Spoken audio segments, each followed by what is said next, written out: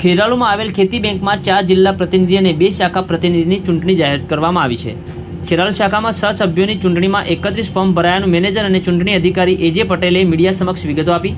5 ઓગસ્ટને બુધવારે એક જ દિવસમાં 11 થી 3 વાગ્યા સુધીમાં ઉમેદવારી ફોર્મ ભરવાની પ્રક્રિયા જાહેર કરવામાં આવી છે. ખેરાલુ વિધાનસભા વિસ્તારના અગ્રણી ઉણાદના એનડી ચૌધરી, એપીએમસીના પૂર્વ ચેરમેન ભીખાલાલ ચાચરિયા અને બેંકના વર્તમાન ચેરમેન દેસાઈ મહેન્દ્રભાઈ મોતીભાઈ સહિત દિનેશભાઈ ચૌધરી હિરવાણી અને મુકેશભાઈ દેસાઈ સહિત પરતીભાઈ ચૌધરી સહિતના આગેવાનોએ ફોર્મ ભર્યા કે ભરાવ્યા તે વિગતો.